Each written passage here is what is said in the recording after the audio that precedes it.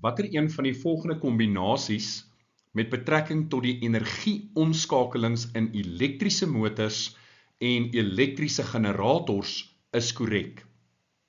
Die korrekte antwoord is D.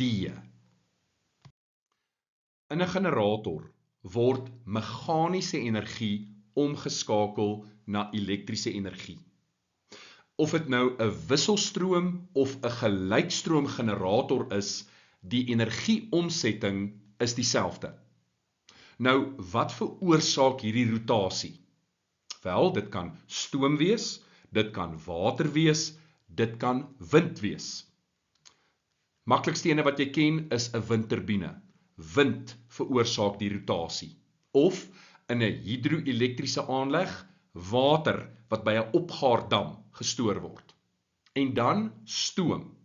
So water word gebruik, die water word verhit deur een of ander energiebron, dan vorm daar stoom en stoom dryf dan die turbine aan. Nou, wat is ons energiebron? Dit kan by steenkoolkragstasies die verbranding van steenkool wees, of by 'n kernaanleg word daar gebruik gemaak van kernfisie om daardie energie vry te stel.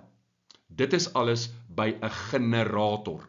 Een of ander vorm van rotasie, daar is meganiese energie en dit word dan omgeskakel na elektriese energie.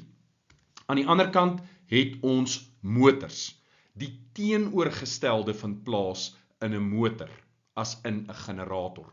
Hierso word elektriese energie omgeskakel na meganiese energie. So daar moet een of ander elektriese bron wees, of die motor gaan ingeprop wees by 'n muurprop, of daar gaan een of ander battery wees, wat elektriese energie dan voorsien, wat omgeskakel word in meganiese energie. Die korrekte antwoord is dus D.